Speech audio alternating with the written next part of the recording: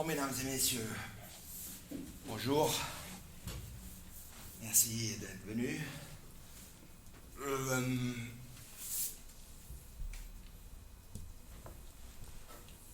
J'ai intitulé mon exposé Finances et politique financière du canton de Vaud, donc je vais essayer d'aborder deux thématiques, deux thèmes. Le premier thème, la première question, c'est au fond quelle est la situation financière du canton de Vaud, comment on peut juger de cette situation financière. Et puis, deuxième question, quelles sont les causes du plan d'économie qui a été décidé par le gouvernement et qui va peut-être être adopté par le Grand Conseil dans sa session actuelle. Alors, je commence par la situation financière du canton de Vaud, puisque vous le savez ou vous ne le savez pas, mais les autorités vaudoises, et plus largement ceux qui portent ce plan d'austérité, c'est-à-dire les principales organisations patronales du canton, très importantes, le Centre patronal vaudois, la Chambre immobilière vaudoise, ce qu'on appelle les partis bourgeois, prétendent à l'unisson que la situation du canton, la situation financière du canton est très dégradée, qu'elle est mauvaise, qu'elle est grave, etc. Je ne vais pas vous inonder de citations, mais quand le Conseil d'État présente les comptes du canton de Vaud pour 2024, en avril dernier, il intitule son exposé « Une situation critique ». Et le lendemain, 24 heures, va titrer son compte-rendu en disant, je cite, « La santé des finances vaudoises est dans un état critique ». Le Parti libéral radical parle d'une, je cite, situation financière préoccupante. Le centre patronal parle d'une crise des finances publiques. Les Verts libéraux trouvent la situation alarmante, etc., etc. Alors, je vais essayer de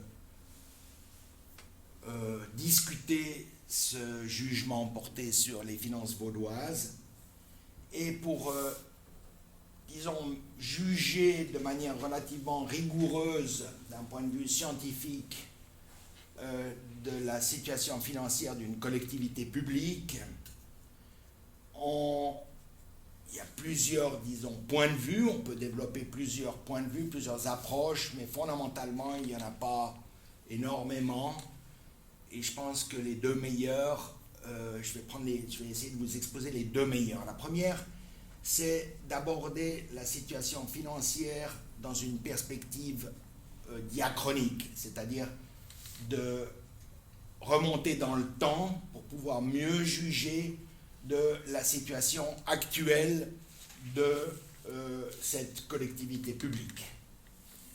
Donc faire une comparaison historique, pour vous le dire de manière très simple. Et quelles variables maintenant prendre ? Alors là, pour ne pas multiplier les variables, j'ai choisi celle sur laquelle il y a un certain consensus parmi les chercheurs, chercheuses qui s'occupent de ça, et cette variable qui fait consensus, c'est la dette. Pourquoi est-ce que généralement on juge de la dette ? Parce que c'est une variable qui synthétise, si vous voulez, les autres variables. Qu'est-ce que je veux dire? C'est que vous ne pouvez pas imaginer avoir une collectivité publique, un État, qui, pendant plusieurs années, dégage un déficit important sans que sa dette augmente. Et à l'inverse, vous ne pouvez pas imaginer, pendant plusieurs années, un État qui dégage des excédents de recettes et dont la dette ne diminuerait pas. Donc la dette, si vous voulez, vous permet de mesurer plus ou moins ce qui s'est passé et ce qui se passe du point de vue financier, du point de vue des comptes, des dépenses et des recettes, s'il y a des déficits, au contraire des excédents dans une collectivité publique. Donc, on prend généralement la dette comme variable. Et je vais d'abord vous exposer, du point de vue historique, la dette, ce qu'on appelle la dette brute. Je m'excuse d'entrer dans ces détails relativement techniques, mais si vous ne comprenez pas un tout petit peu comment ça marche, alors vous comprenez premièrement rien aux finances publiques ou dans n'importe quel domaine, et puis surtout vous vous faites avoir.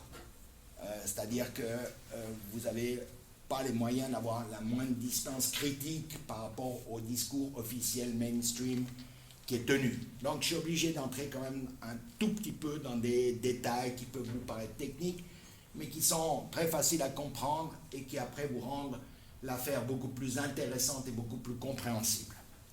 Donc ce que je vais prendre maintenant, c'est la dette brute. Qu'est-ce qu'on appelle la dette brute? C'est l'entièreté de l'endettement d'une collectivité publique, d'un État. C'est tous les emprunts qu'il fait, toutes les créances qu'il obtient. Alors, l'État de Vaud emprunte aux banques, mais il emprunte aussi à d'autres collectivités publiques, il emprunte à la Confédération, il a des dettes auprès de la Confédération, et puis il a des dettes, par exemple, auprès d'institutions sociales, comme par exemple la Caisse nationale d'assurance chômage, où il a des dettes auprès de l'AVS, par exemple. Bon, toutes ces dettes, on en fait le total, et c'est le total de l'endettement, si vous voulez, de l'État qu'on appelle la dette brute. Et ensuite, la comparaison dans le temps, je ne vais pas vous la faire en termes absolus, c'est-à-dire vous comparez la dette il y a 100 ans avec la dette d'aujourd'hui, parce que ça n'aurait aucun sens.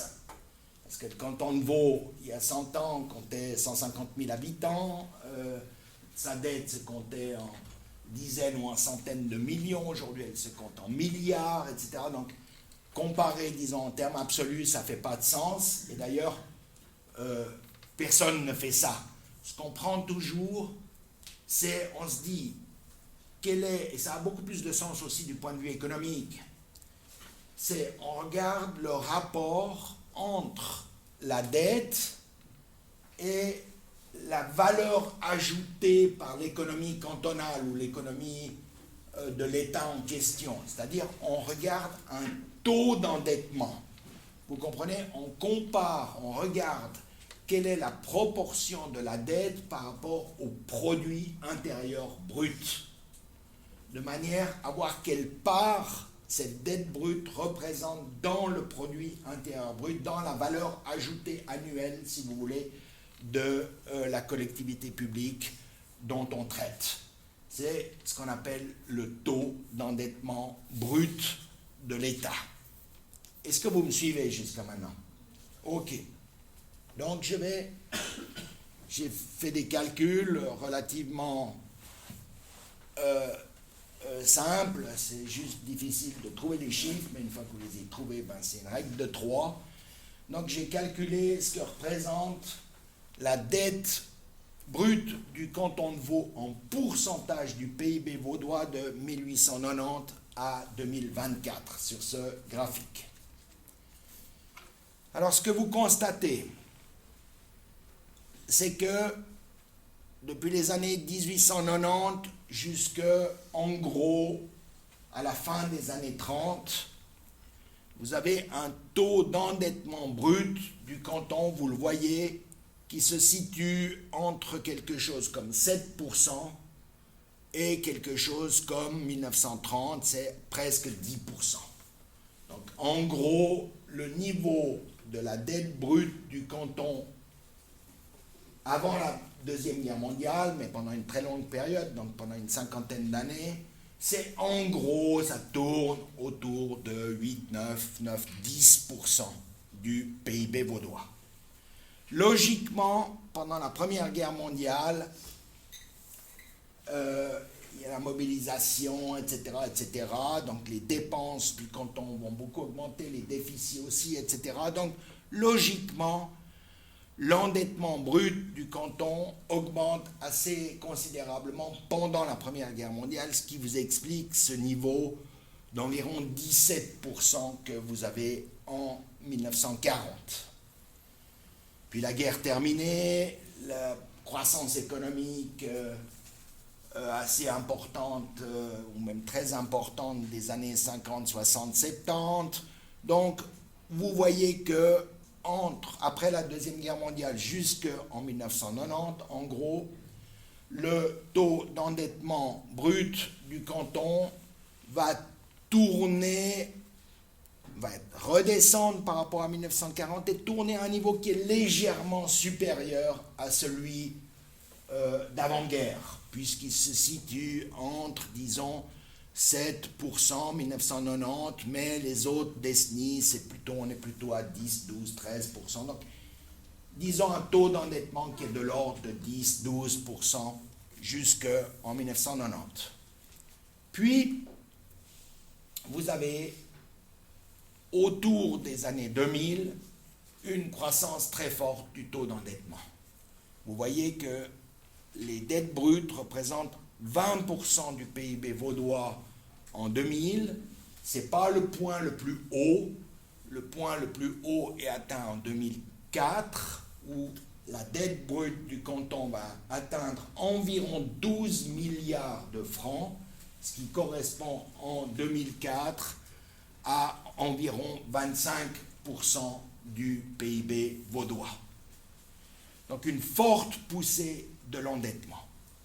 Et depuis, en gros, 2005, cet endettement va diminuer. Vous voyez la courbe ici.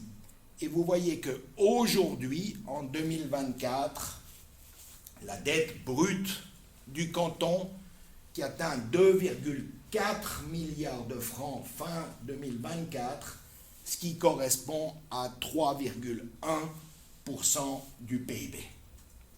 Ok, quelle conclusion on peut tirer de 135 ans d'histoire de la dette vaudoise?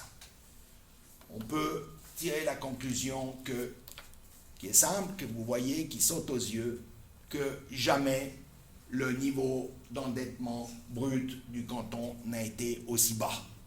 Pour le dire autrement, c'est un premier indice qui vous montre que jamais la situation financière du canton n'a été aussi bonne, puisque le taux d'endettement, vous voyez, est historiquement bas. Il a toujours été depuis 130 ans, et j'aurais pu remonter plus loin, les chiffres sont moins précis, mais disons depuis que le canton est entré dans la Confédération en 1815, donc depuis 200 ans, jamais son niveau d'endettement n'a été aussi bas qu'aujourd'hui.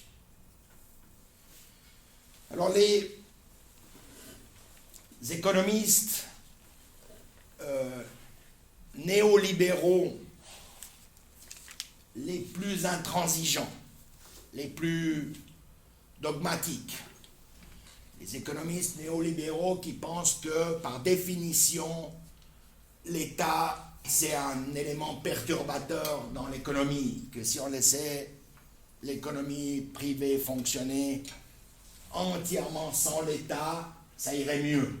Que l'État, l'intervention de l'État, c'est néfaste. Bien, ces économistes néolibéraux, que j'appelle intransigeants ou dogmatiques, se sont énormément occupés de finances publiques, bien, et ils ont, dans les années 70-80, établi qu'il y avait une barrière, un seuil, à partir duquel la dette s'était commencé à nuire à l'économie. Ou si vous voulez qu'au-delà d'un certain seuil, il y avait un seuil qui était acceptable d'endettement, mais au-delà de ce seuil, alors les perturbations économiques commenceraient à devenir relativement graves. et ils ont fixé ce seuil à 60%. 60 taux d'endettement brut, ils ont fixé ce seuil à 60% du PIB. Les économistes dont je vous parle, les deux papes et papesses, enfin la papesse, c'est une femme qui s'appelle Carmen Reinhardt, et le pape s'appelle Kenneth Rogoff, qui publie depuis 50 ans maintenant. C'est des économistes extraordinairement connus. J'ai regardé le classement, parce que vous savez, il y a un classement des économistes, c'est comme les équipes de football. Alors, Kenneth Rogoff, il occupe le numéro 8 actuellement des économistes les plus influents au monde. Donc, je ne vous parle pas d'obscurs néolibéraux, je vous parle des néolibéraux qui pèsent au niveau mondial.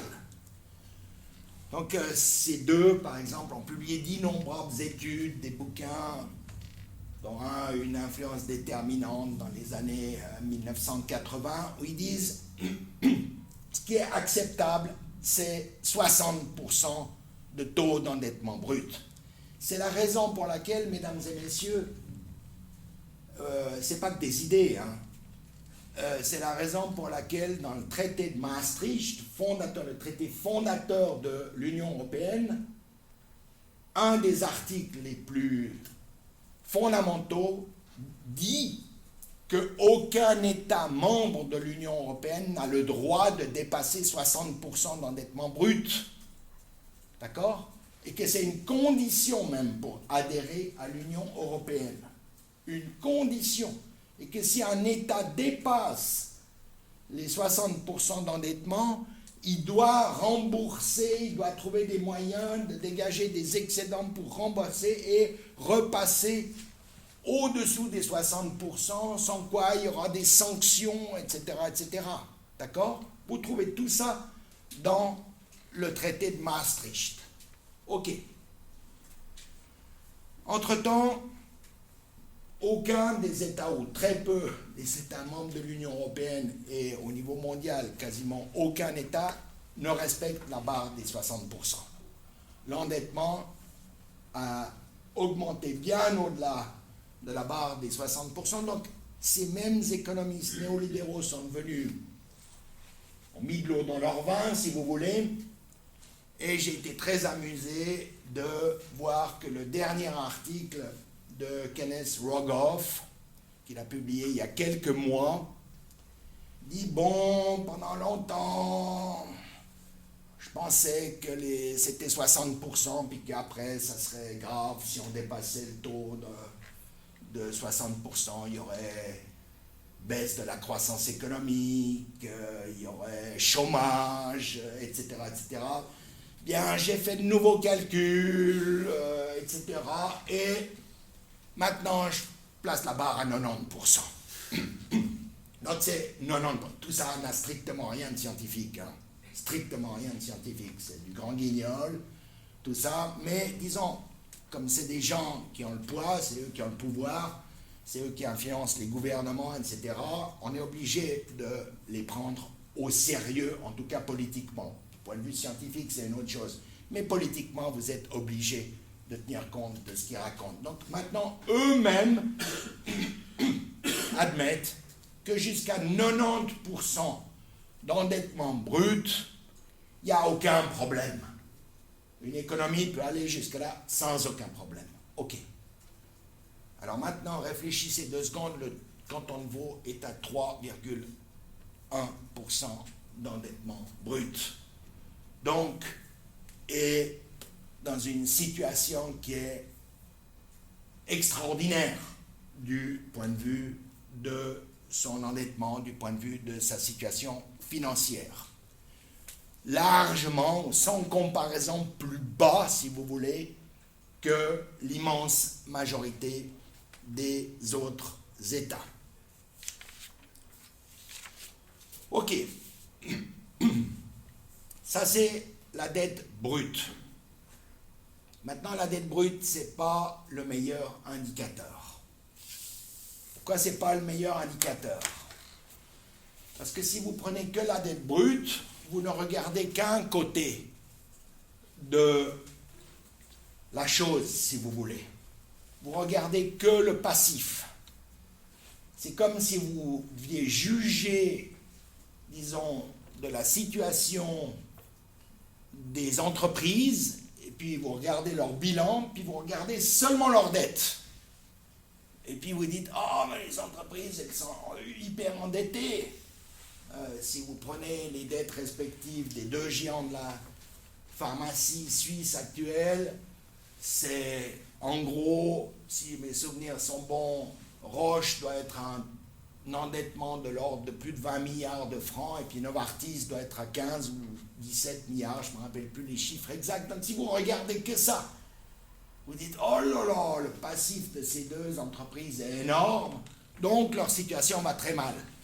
Mais n'importe quel économiste ou n'importe quelle même personne douée de bon sens dira non, je ne peux pas prendre que cet aspect-là, je dois regarder de l'autre côté quels sont les actifs qu'il y a en face de cette dette, puisque en face, disons, d'une dette, Roche possède ces fameuses tours à Bâle, bien, c'est un actif que Roche peut vendre, possède des laboratoires, possède des brevets, possède d'énormes stocks de médicaments qui sont déposés en Slovénie parce qu'ils avaient peur des hausses des taxes douanières de Trump, donc ils ont tout transféré déjà en 2024 en Slovénie pour prévenir la hausse des taxes douanières de Trump. Donc ils ont, on estime, pour environ 30 milliards de médicaments déposés dans une gigantesque entreprise en Slovénie. Bon, vous avez tout ça, c'est des stocks, et bien vous devez mettre ces actifs en face, si vous voulez, du passif. Ok, vous devez faire la même chose avec l'État, d'accord? C'est très curieux de voir que le Conseil d'État vaudois, mais de manière plus générale, les milieux dirigeants de presque tous les États ne considèrent que la dette brute. Bien, parce qu'évidemment, ça aggrave, ça donne une image, ça péjore, si vous voulez, l'image. Ils disent jamais quels sont les actifs de l'État. D'accord? Donc, ce qu'il faut prendre comme variable, ce n'est pas la dette brute, c'est la dette nette. En d'autres termes, vous devez prendre la dette brute et vous devez déduire de la dette nette les actifs de l'État. Alors c'est ce que j'ai fait pour le canton de Vaud, mais j'ai tenu compte seulement de ce qu'on appelle les actifs financiers. Si vous voulez, le patrimoine, la fortune financière, le cash, si vous voulez, de l'État. C'est-à-dire les créances financières. L'État de Vaud a prêté de l'argent, d'accord, à d'innombrables institutions, y compris à du cash, beaucoup de cash. Ça se compte en milliards de francs qui placent, d'ailleurs, au jour le jour, où ils spéculent avec, au jour le jour, ou mois par mois, avec ce cash. Bon, c'est des créances. Donc j'ai pris uniquement les créances du canton de Vaud, vous les trouvez énumérées dans le compte d'État 2024, et ces créances, d'après les chiffres publiés par le Conseil d'État, s'élèvent à environ 5,5 milliards de francs. Ces créances sont sous-estimées, largement sous-estimées. Évidemment, le Conseil d'État, cette bonne guerre, veut faire apparaître sa richesse moins élevée qu'elle ne l'est en réalité. Donc il utilise toute une série de trucages pour sous-estimer son patrimoine financier. Je vous donne qu'un seul exemple. L'État de Vaud est propriétaire d'un des plus grands établissements bancaires de la Suisse. C'est la Banque cantonale vaudoise, c'est un géant du point de vue financier. Ok, l'État détient 67% des actions de la Banque cantonale vaudoise. Mais dans ses comptes, depuis de nombreuses années, cet actif financier, il le valorise à hauteur de 170 millions depuis de nombreuses années. Donc chaque année, année après année, mais du côté créance, 170, BCV, 170 millions. Alors vous pouvez calculer à quelle hauteur il estime que vaut l'action BCV, vous voyez, et vous arrivez à un chiffre de 10 francs. Donc il valorise l'action BCV à 10 francs. C'est comme si elle valait 10 francs. Ok, l'action BCV durant ces dernières semaines, elle oscille entre 85 et 95 francs. Ok, donc disons autour de 90 francs. Alors je ne dis pas que l'État devrait inscrire l'action au cours du jour. Ça ne serait pas tout à fait raisonnable du point de vue financier, parce qu'effectivement, cette action peut baisser, etc. Mais enfin, la Banque cantonale vaudoise existe depuis 1842, elle ne va pas faire faillite demain, donc vous pouvez même prudemment estimer que cette action, vous pouvez la valoriser à hauteur de 40 francs, ou qu'en sais-je, peut-être de 50 francs. Alors valorisons-la à hauteur de 50 francs, ça vous fait, vous comprenez, 5 fois 170 millions de francs. Donc vous êtes à 850 millions de fortune, de créances financières, au lieu de 170 millions. Vous avez 700 millions en gros de fortune financière de plus. Voilà un des trucages à travers lequel l'État de Vaud se fait apparaître plus pauvre qu'il n'est.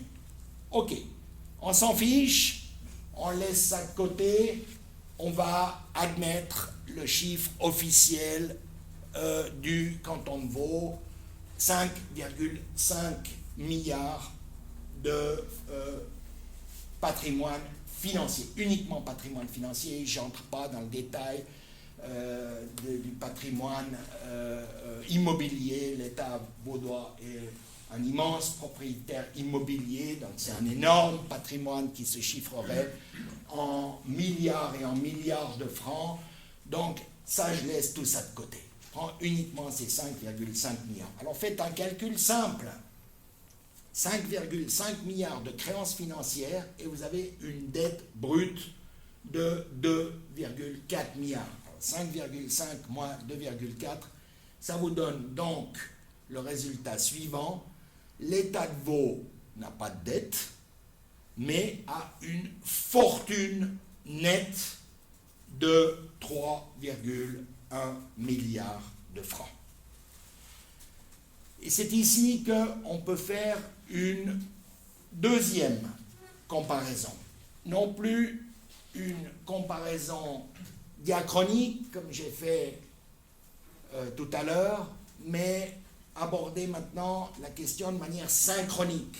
C'est-à-dire regarder quelle est la situation aujourd'hui de différentes collectivités publiques du point de vue de leur endettement. Vous me suivez? Ça, c'est mon deuxième tableau. Si j'arrive à éliminer celui-là, oui. Voilà, super. Donc, vous avez des chiffres au niveau mondial, où sont recensés environ 200 pays, avec leur taux d'endettement net. Donc là, c'est plus la dette brute, c'est la dette brute moins les actifs, et puis on compare ça comme auparavant au produit intérieur brut. Et on a le taux d'endettement net, qui est une mesure de la situation financière des différents États qui est de meilleure qualité, qui est plus significative que la dette brute. Alors, qu'est-ce que vous constatez sur ce tableau? Bon, on peut regarder très rapidement. L'Allemagne a un taux d'endettement net de 47,7%, la France 105%. Donc que vous compreniez bien, la dette nette de la France actuellement est supérieure à son produit intérieur brut. D'accord? Pour l'Italie, c'est 125%, la Belgique 91%, les Pays-Bas 35,6%. Toute la zone euro, donc toute l'Union européenne, mais zone euro, bien, ces 19 pays est à 74,7%. Le Royaume-Uni, 93,7, le Japon, 134,6, les États-Unis sont à 96,5, et vous avez le canton de Vaud, pas d'endettement net, mais une fortune nette de 3,1 milliards, ce qui correspond à 4,1% de son produit intérieur brut. Ce deuxième point de comparaison, bien, la conclusion, la seule conclusion à laquelle vous pouvez aboutir, c'est non seulement la situation du canton de Vaud est loin d'être alarmante, loin d'être inquiétante, il n'y a strictement pas de crise des finances publiques, la situation financière du canton de Vaud est, j'ai pas d'autre terme, idyllique. Elle est juste incroyable. Alors, si vous prenez le tableau maintenant des 200 pays, parce que vous pouvez regarder la liste, j'ai donné la référence, vous trouvez ça sur c'est le Fonds monétaire international qui établit cette liste, parce qu'ils sont très intéressés, parce que, bon, on s'en fiche pourquoi ils sont très intéressés, mais disons, ils sont très intéressés, donc ils publient cette liste avec grand soin, et pour le nombre maximum de pays, vous avez au fond 6 collectivités publiques au niveau mondial qui font mieux que le canton de Vaud. Vous avez la Norvège. Pourquoi? Ben, la Norvège, vous savez, c'est production de pétrole et de gaz, le principal producteur de gaz et de pétrole au niveau européen. Avec la guerre en Ukraine, les prix ont juste explosé, et la Norvège, le gouvernement norvégien, a décidé de créer un fonds d'investissement, qui est un fonds d'investissement juste gigantesque. Je n'ai pas vérifié, mais l'année passée ou il y a 2 ans, je ne me rappelle plus, il s'élevait à 1500 milliards de dollars. Ok, ben, il le place, ça rapporte de l'argent. Donc, disons, l'État norvégien a une fortune nette aussi qui est élevée par rapport à son produit intérieur brut. Ça, c'est le pays au monde où la dette nette, enfin la fortune nette est la plus élevée au monde. Deuxième pays que vous avez, c'est le Luxembourg, donc cet micro-État, paradis fiscal pour les holdings mondiales, etc.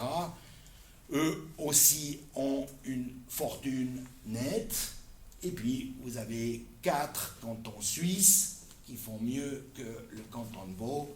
C'est sans surprise le canton de Zug, le paradis fiscal au sein du paradis fiscal, un deuxième paradis fiscal au sein du paradis fiscal suisse qui essaye de dépasser Zug sur sa droite ou sa gauche, j'en sais rien, mais disons c'est Obwald. Ensuite, vous avez Schaffhausen qui essaye de dépasser les 2 autres. C'est une course vers le bas en Suisse.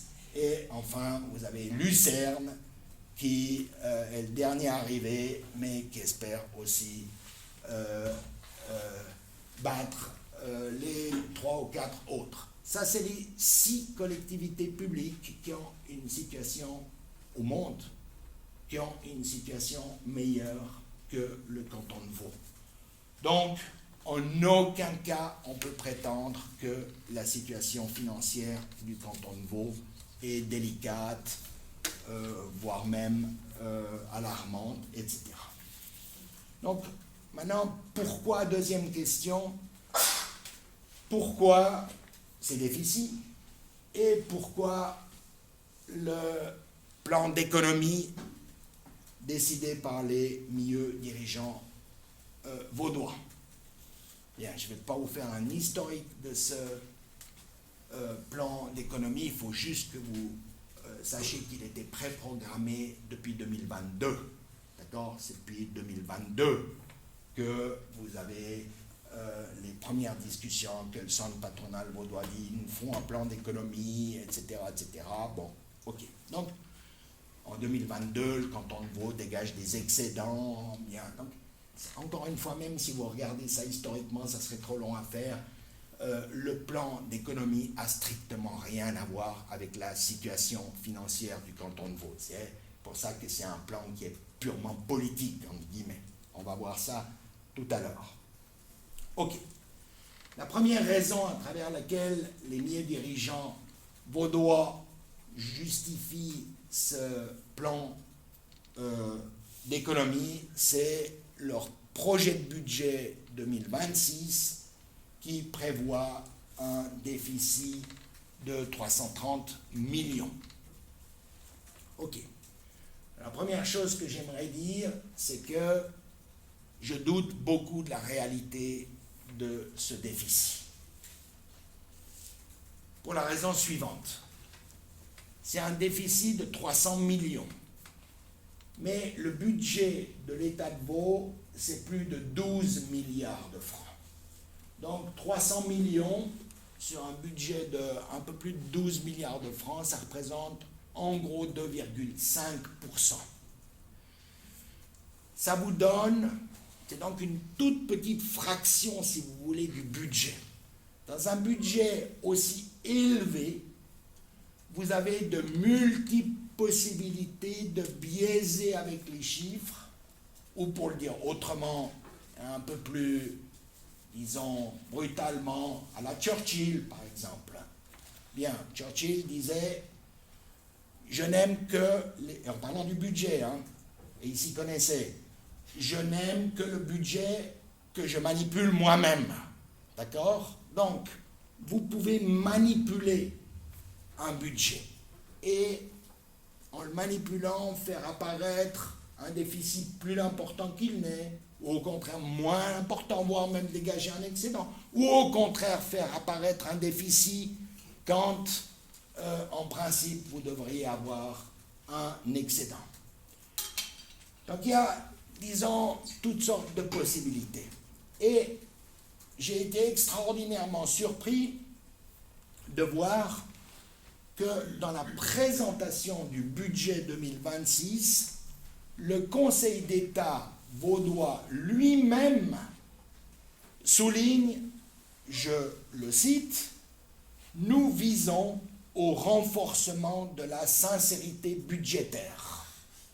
Ok, ça c'est une déclaration que j'ai, je crois, jamais lue chez aucun gouvernement du monde.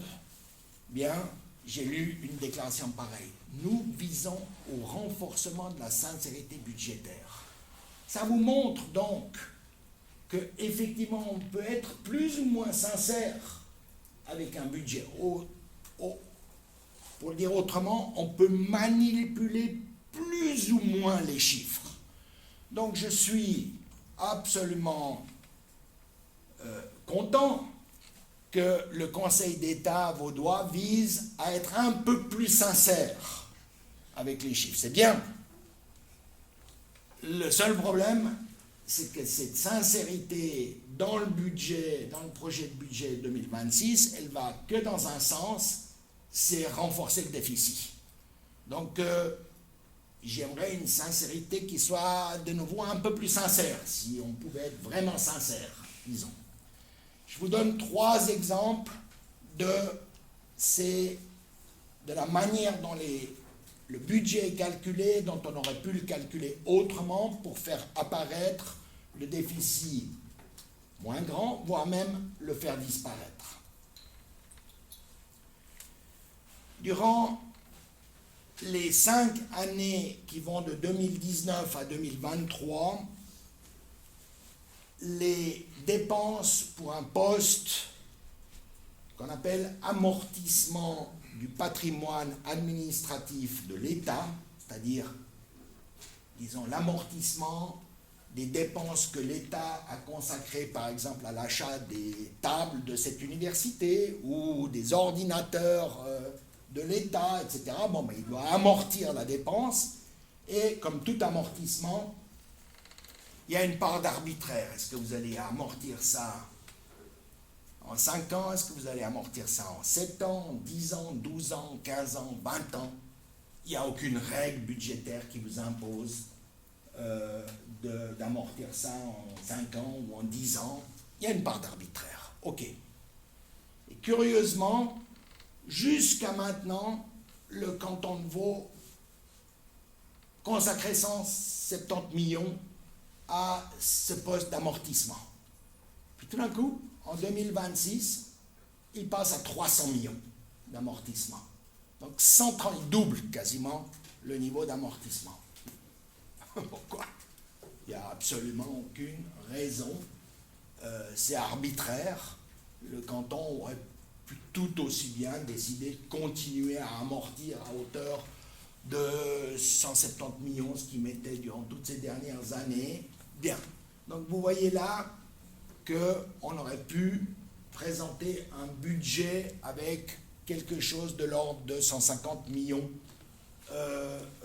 de moins de déficit. Deuxièmement, le canton de Vaud ne prévoit aucune recette provenant de la Banque nationale suisse. Vous savez que la Banque nationale suisse doit distribuer une partie de son bénéfice, une minuscule partie de son bénéfice aux collectivités publiques. C'est une spécificité suisse. Dans tous les autres pays, en Allemagne, en France, etc., la Banque centrale doit distribuer l'essentiel de son bénéfice à l'État, puisque c'est propriété de l'État, sauf dans un pays, la Suisse. Là, c'est consacré uniquement, ou à 95% consacré à créer des provisions faramineuses, parce qu'il faut évidemment garantir la stabilité de la place financière suisse.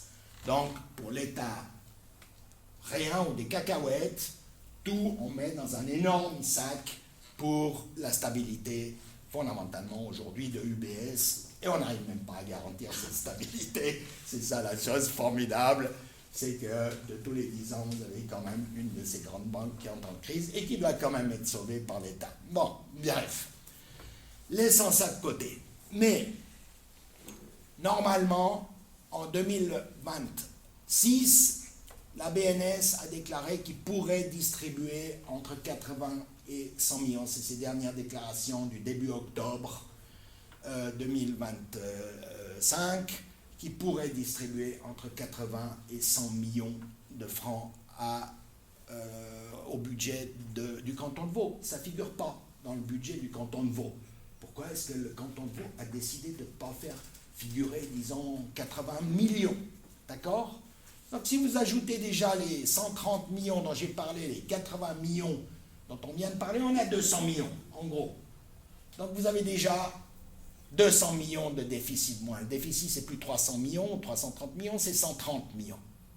Puis on arrive maintenant à la chose où les bras m'en sont tombés quand j'ai examiné le projet de budget 2026. Le Conseil d'État dit on va prélever de l'argent dans cette fameuse fortune financière, ce patrimoine financier, ces actifs financiers du canton. Et ils ont décidé de puiser à hauteur de 490 millions. Ok? C'est bien ou c'est mal, j'en sais rien. Mais pourquoi 490 millions? Cette fortune s'élève à 5,5 milliards. Pourquoi ils n'ont pas décidé de prélever 100 millions de plus? Ou 300 millions de plus? Ok. Pourquoi pas 300 millions de plus? Ils auraient prélevé 790 millions, ce qui aurait diminué leur fortune de 5,5 à 5,2 milliards, d'accord? Et alors, qu'est-ce que ça fait quand vous avez une fortune nette de 4,1% du PIB, avec les États-Unis qui ont 96% d'endettement brut, net, d'accord, ou l'Union européenne est à 75%, ça change. Ils pouvaient absolument prélever 200, 300, 400 millions. Bien, ça aurait été même raisonnable du point de vue financier de faire ça. Mais si vous faisiez ça, évidemment, vous n'aviez pas de déficit. D'accord? Donc, vous n'avez pas de justification pour un plan d'économie. Vous pouvez plus difficilement aller au CHUV et puis dire qu'il faut couper, plus difficilement aller vers les enseignants et dire qu'il faut une contribution de crise. J'aimerais bien savoir la crise, hein, parce que moi je ne la vois pas, la crise, mais il paraît qu'il faut leur faire croire qu'il y a une crise, donc on dit contribution de crise, Je vous ai dit, c'est idyllique, la situation financière du canton. Donc, bien, ne serait-ce que du point de vue des chiffres, le Conseil d'État a fait apparaître artificiellement un déficit dans ses comptes. OK. Deuxième chose, parce que j'ai expliqué ça dans un interview à un journaliste il y a, je ne sais plus, 2 semaines à peu près, puis le journaliste est allé demander à Mme Luisier, donc la chef du département des finances, puis lui a dit ça, puis lui a dit, mais il y a un gars là, à l'Uni de Lausanne, bon, c'est un gars c'est pas un gars bien, mais qui est tout le temps en train de critiquer, il crache dans la soupe, etc. Bon, bref, mais quand même, vous avez 5,5 milliards de fortune, pourquoi vous avez prélevé 490 millions et pourquoi vous ne prélevez pas 700 ou 800 millions? Et la réponse de Mme Luisier était d'une désarmante, tout à fait désarmante. Elle a dit, ah ben, parce que comme ça il nous reste de l'argent pour les années suivantes. Ah oui, oui, c'est précisément pour ça que le canton a mis sur pied cette réserve. Il nous répète depuis 10 ans ou 15 ans, c'est pour les mauvaises années. On a constitué 5,5 milliards de réserves pour les mauvaises années. Bon, admettons qu'on soit dans une mauvaise année. Alors pourquoi ils ne puissent pas davantage? Donc c'est comme un écureuil, bien, qui aurait mis 20 kilos,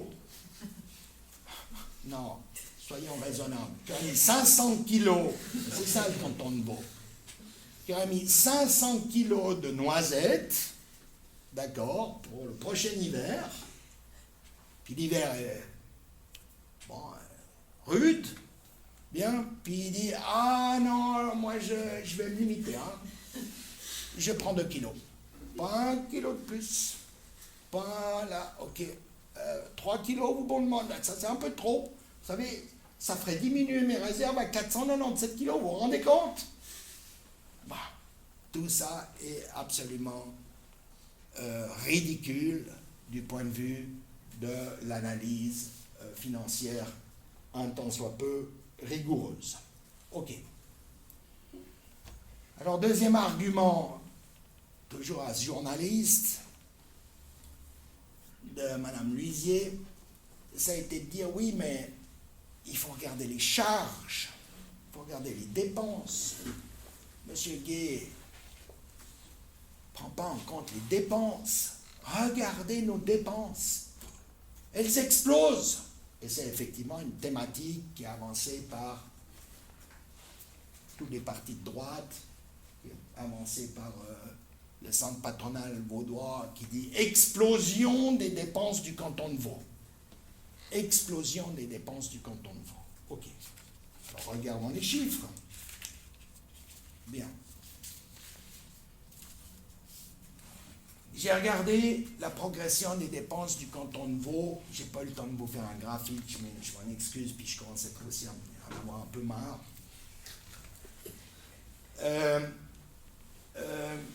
Mais je vous donne les chiffres. Donc, j'ai regardé la progression des dépenses du canton par habitant entre 2005 et 2024.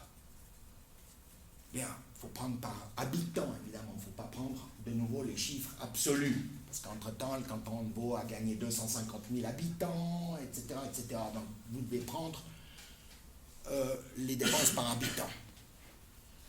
Alors, si vous prenez ça, vous voyez que les dépenses du canton ont progressé au rythme annuel moyen de 1% par année. D'accord? Donc, en 20 ans, on a progressé de 20%.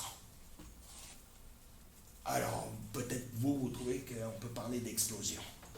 Un rythme de croissance de 1%. D'accord? Moi, je pense que c'est exagéré de parler d'explosion. Je pense qu'en aucun cas, une progression de 1% par an peut être qualifiée d'explosion. C'est une progression tout à fait normale compte tenu d'un certain nombre de caractéristiques du canton de Vaud, notamment le fait qu'il y a une augmentation démographique des deux côtés, mes amis, des côtés, parce qu'on dit tout le temps les vieux, la proportion, la population vieillit, oui, la population vieillit, donc ça coûte un peu plus cher du point de vue du départ, mais vous avez aussi les jeunes, ça augmente, et les jeunes coûtent de plus en plus cher, parce qu'ils vont de plus en plus à l'université. L'université, c'est plus cher que d'aller faire un apprentissage, etc. Donc, c'est une croissance de 1% par année qui est tout à fait raisonnable, logique, etc. Au contraire, on pourrait même dire, c'est presque scandaleux qu'il n'y ait qu'une augmentation de 1% par habitant en fonction des incroyables défis que le canton de Vaud, comme les autres États, doit affronter dans les décennies qui viennent. Mes amis, comment on va financer un plan de transition énergétique? Parce que vous pensez que ça va être gratuit. Vous pensez qu'on va isoler les bâtiments, les milliers de bâtiments, dizaines de milliers de bâtiments qu'il faut isoler, bien, pour économiser 15% d'émissions de CO2. Vous pensez que ça va se faire par la volonté du Seigneur et gratuitement? Évidemment qu'il faudrait augmenter massivement les dépenses du canton de Vaud pour permettre l'isolation des bâtiments. Il faudrait créer une régie publique de l'énergie, bien, publique de l'énergie, c'est ce que j'ai proposé d'ailleurs, avec un endettement du canton à hauteur de 5 milliards, et alors, ça ferait passer son taux d'endettement à quelque chose comme 5% du PIB. Bien, et alors, l'Union européenne est à 75%, donc le canton de Vaud serait encore 25 fois au-dessous. Mais on aurait une régie publique, bien, qui commencerait sérieusement à aborder le problème des émissions de CO2. Bien, il faudrait évidemment des transports publics massifs. Bien, ok. Donc, mise à disposition de transports publics, très bon marché, voire gratuit pour certaines parties de la population, massif, pour offrir une alternative au tout bagnole, qui nous mène droit dans le mur. Mais ça coûte. Il faudrait quelques milliards là-dedans. Bon, bref, j'abandonne ce... Ça m'énerve au plus haut point. Parce que quand vous dites, je veux dire, on doit raisonner toujours de manière tellement aliénée, vous comprenez?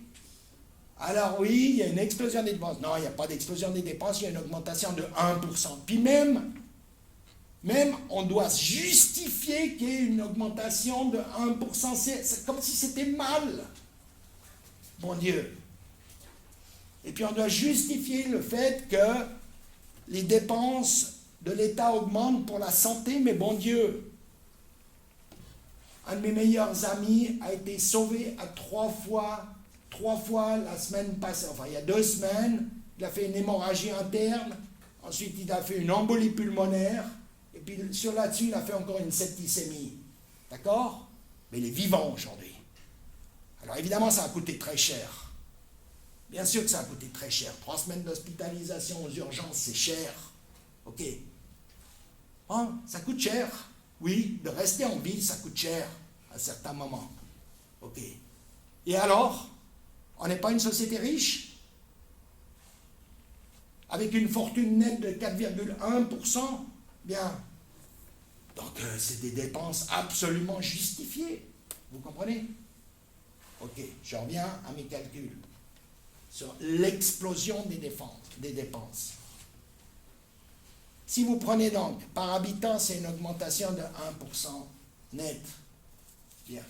Mais ce n'est pas comme ça qu'il faut calculer. C'est toujours par rapport à la richesse du canton. Si vous avez des dépenses qui augmentent, mais que la richesse du canton augmente au même rythme, où est le problème? Où est le problème? Vous n'avez strictement aucun problème. Ok. Donc, j'ai calculé la part des dépenses du canton dans le produit intérieur brut en 2005 et aujourd'hui. Alors en 2005, les dépenses du canton représentaient 16,2% du PIB, qui aujourd'hui c'est 16,9% du PIB. Donc on stagne. C'est une stagnation. Vous ne pouvez pas me dire qu'une augmentation en 20 ans de 0,7 points de pourcent est une augmentation sérieuse. Il y a stagnation des dépenses de l'État. En aucun cas, augmentation ni même explosion des dépenses de l'État. Et fondamentalement, encore une fois, je trouve ça absolument regrettable. Bien. Donc, les déficits ne peuvent pas venir de l'augmentation ou de l'explosion des charges de l'État de Vaud. Mais alors, d'où ils viennent? C'est là où on est au cœur du problème. C'est que l'essentiel de ces déficits proviennent des diminutions d'impôts qui ont été menées durant ces 20 dernières années. Et de nouveau, alors c'est quelque chose que j'ai appelé, dans un bouquin que j'ai publié en 1998, la politique des caisses vides. Les milieux dirigeants assèchent les caisses de l'État pour volontairement faire apparaître des déficits. Ok, on va y revenir dans un instant. Mais ce qui m'a surpris, c'est que pour la première fois aussi, il y a eu vraiment dans ces dernières semaines des déclarations auxquelles je ne m'attendais pas, que je n'ai jamais vues, moi. Il y a quelque chose de bizarre dans ce canton. Parce que normalement, ils ne disent pas ce genre de choses. Bien. Jamais vu, beaucoup travaillé sur les États-Unis, j'ai jamais vu un ministre des Finances des États-Unis, depuis la Deuxième Guerre mondiale, ou même avant, mais déclarer ce que Mme Luisier déclare. Des fois, je me dis, il y a quelque chose. Donc, elle a reconnu elle-même dans un interview dans le temps du 21 novembre 2025, elle a reconnu, je cite, « Les baisses d'impôts jouent un rôle dans les déficits que connaît le canton. » Mais ça, c'est une déclaration tout à fait extraordinaire, comme je vous l'ai dit. J'ai jamais vu ça. Un ministre des Finances qui reconnaît qu'une part, un des facteurs, une des causes des déficits, c'est les baisses d'impôts. Généralement, ils disent tout le contraire. Ils disent, on baisse les impôts, mais ça va augmenter les recettes. D'accord? Et vous avez d'innombrables bouquins des néolibéraux, tous plus scientifiques les uns que les autres, qui prouvent, en guillemets, que si vous baissez les impôts, vous allez augmenter les recettes. Ok. J'ai toujours dit, c'est du baratin complet, que des baisses d'impôts, logiquement, tôt ou tard, ça doit produire des déficits. Bon. Ben, pour la première fois, j'ai une ministre des Finances qui reconnaît ça, même si, disons, elle n'insiste pas là-dessus. Mais elle dit, ça joue un rôle. Alors, examinons les choses de manière un petit peu plus rigoureuse. Depuis 2007-2008, j'ai repris mes notes sur les finances du canton de Vaud, parce que je note tout ce qui se passe du point de vue des finances du canton de Vaud et de la Suisse, etc. Bon, peu importe. Mais j'ai repéré en gros 15 baisses d'impôts. Je ne vais pas vous énumérer les 15 baisses d'impôts. Je vais simplement exposer ça en deux grandes catégories. Vous avez des baisses d'impôts qui concernent les personnes physiques, les individus. D'accord? Et là, vous n'avez eu aucune baisse d'impôts spectaculaire durant ces 20 dernières années. C'est des mesurettes, d'accord? Mais des mesurettes, ajoutées à des mesurettes, ajoutées à des mesurettes. Voilà, vous comprenez? On permet de déduire davantage pour la garde des enfants, par exemple. Je vous donne un exemple typique. Vous permettez d'augmenter la déduction pour garde d'enfants de tel niveau à tel niveau. Vous dites, on passe de 3 000 francs par année à 6 000 francs par année. OK. Alors, vous ne voyez pas très bien les enjeux, mais l'enjeu, c'est que c'est une mesure qui ne va pas profiter aux familles qui peuvent de toute façon pas confier leurs enfants à l'extérieur, donc disons, les couches pauvres et moyennes. Il n'y a que les couches moyennes et surtout riches qui peuvent confier leurs enfants à l'extérieur. Et eux, on va leur permettre de déduire, disons, 3 000 francs par enfant de plus. En 2 enfants, ça fait 6 000 francs. D'accord? Donc, pour eux, c'est probablement une économie d'impôts de l'ordre de 2 à 3 000 francs par année. D'accord? Puis vous prenez 50 000 personnes comme ça et vous multipliez par 2 000 francs de baisse d'impôts, ben ça vous fait calculer, ça vous fait quelque chose comme 50 millions d'impôts en moins, de recettes fiscales en moins.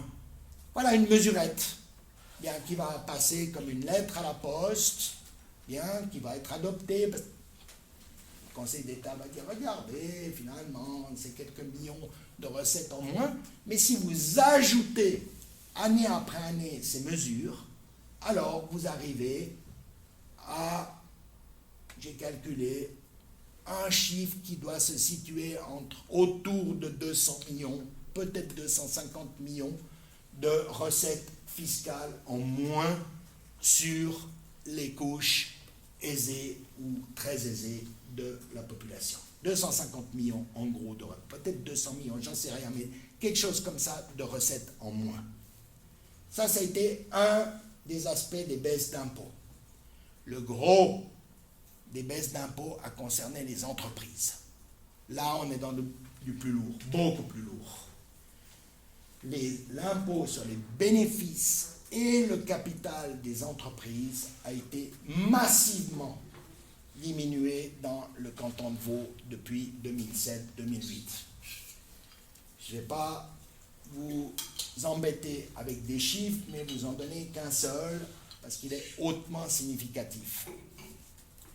Depuis 2008, l'administration fédérale des contributions publie un document qui montre dans quelle mesure les cantons exploitent ce qu'elle appelle le potentiel fiscal des entreprises qui sont installées sur leur sol. Donc, elle dit en gros, vous avez un certain nombre d'entreprises qui font tel chiffre d'affaires, qui dégagent tel ou tel bénéfice, etc. Dans quelle mesure vous exploitez ce potentiel fiscal? D'accord? Alors, en 2008, l'indice pour le canton de Vaud était de 16,2 et il est passé en 2024 à 5,7%. En d'autres termes, il a diminué des 2/3. En d'autres termes, le canton de Vaud exploite maintenant à 2/3 de moins, si vous voulez, le potentiel fiscal des entreprises qui sont installées sur son sol.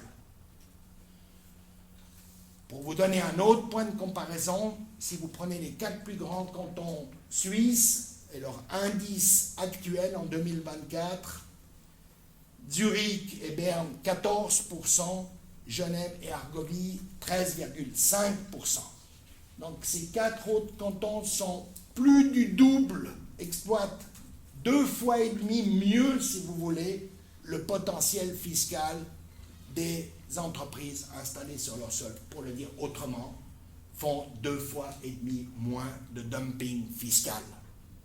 OK? Et maintenant, évidemment, cette baisse massive de l'imposition sur le bénéfice et le capital des entreprises, c'est évidemment des pertes de recettes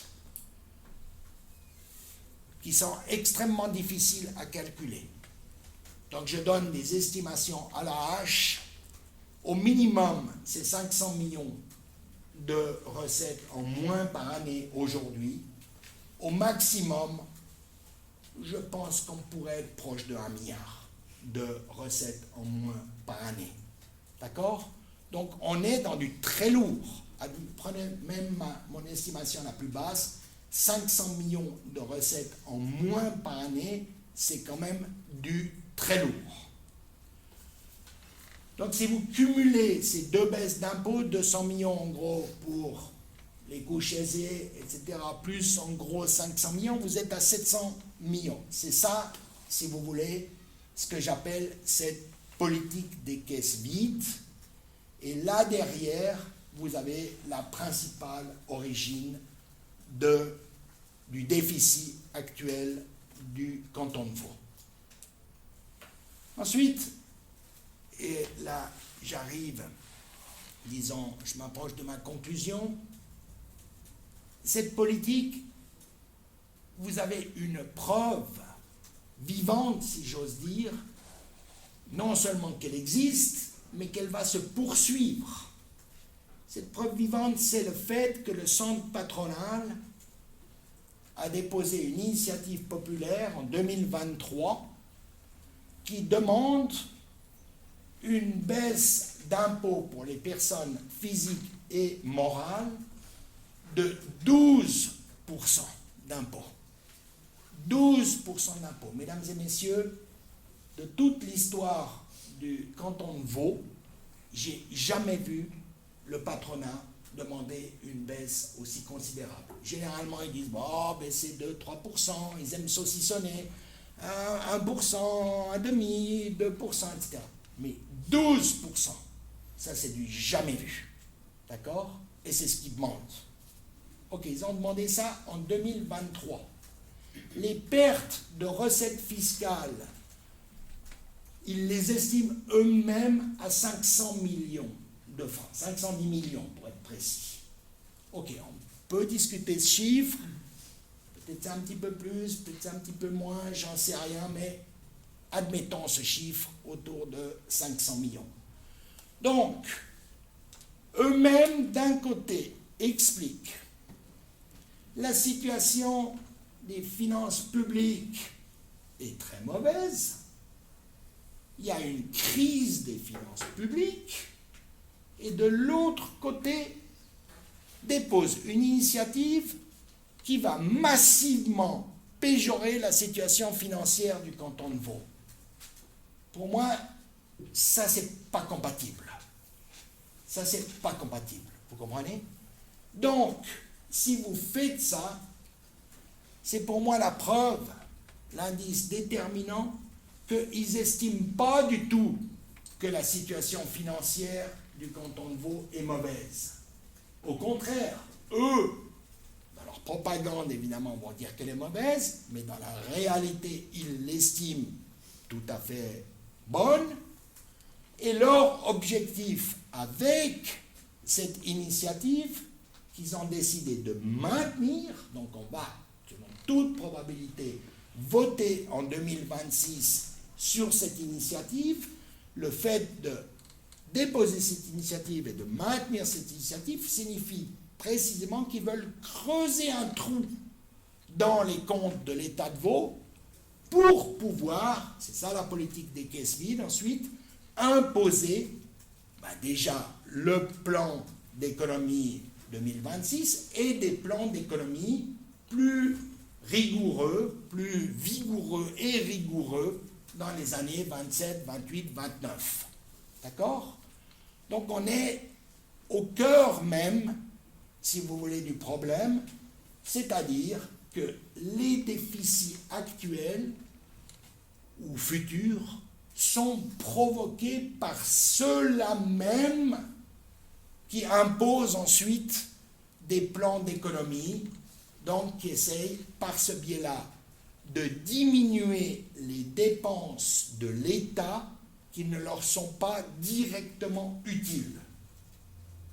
Est-ce que j'ai été clair? Plus ou moins. En tout cas, je l'espère.